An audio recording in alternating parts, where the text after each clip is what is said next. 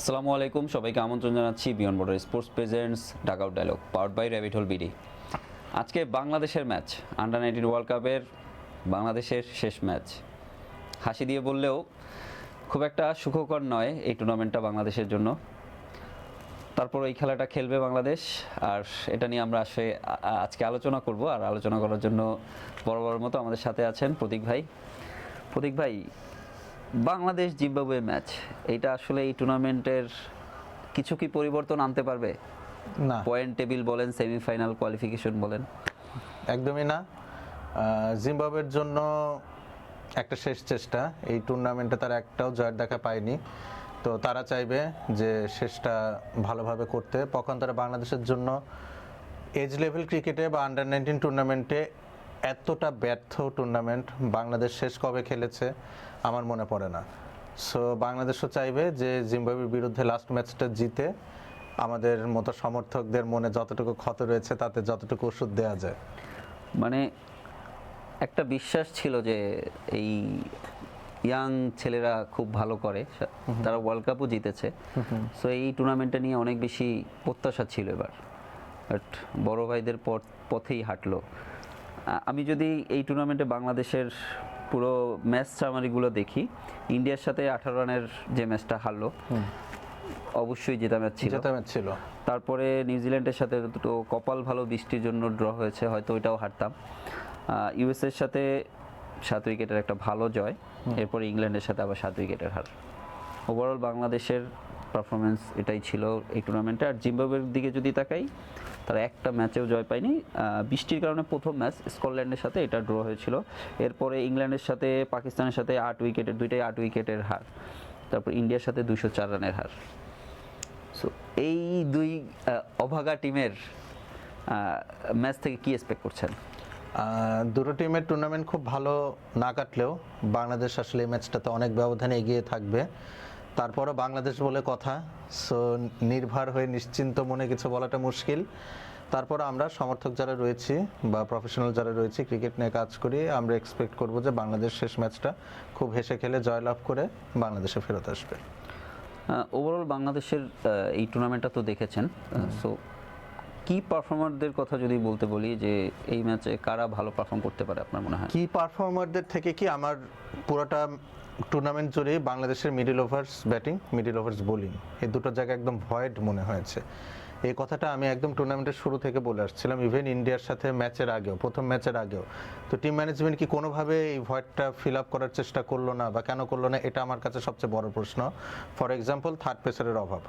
বর্তমান ক্রিকেটে আপনি মাত্র 2 জন ফ্রন্টলাইন ফাস্ট বোলার নিয়ে কোনো দলই সাধারণত ম্যাচ খেলে না। আমরা বাংলাদেশ প্রতিটা ম্যাচ খেলেছি মাত্র 2 জন ফাস্ট বোলিং। আমাদের পাইপলাইনে বোলার নেই ছিল, শারের আলামিন ছিল এবং উনি বেশ ভালো একজন বোলার, কিন্তু কেন তাকে খেলানো হয়নি, এটা আমার যদি কখনো সুযোগ হতো আমি টিম ম্যানেজমেন্টকে প্রশ্ন করতাম। সো এইটা একটা জায়গা।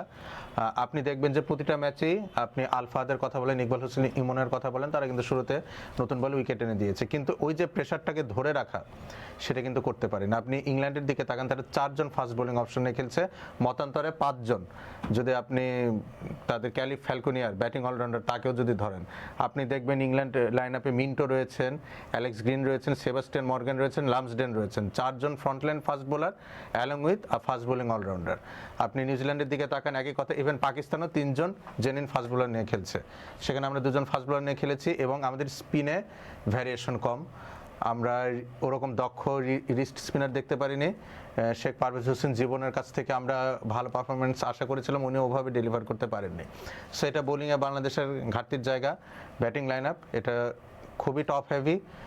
জাওয়াদ আবরার, রিফাত বেগ এবং আজিজুল হাকিম তামিমের পরে থেকে টেইলের আগ পর্যন্ত এখানে কেউ ওভাবে পারফর্ম করতে পারেনি। কালাম সিদ্দিক অ্যালেন, উনি দেশের মাটিতে আফগানিস্তানের বিরুদ্ধে হোম সিরিজে মোটামুটি ভালো করেছেন, কিন্তু ওয়ার্ল্ড কাপে একদমই নামের প্রতি সুবিচার করতে পারেননি।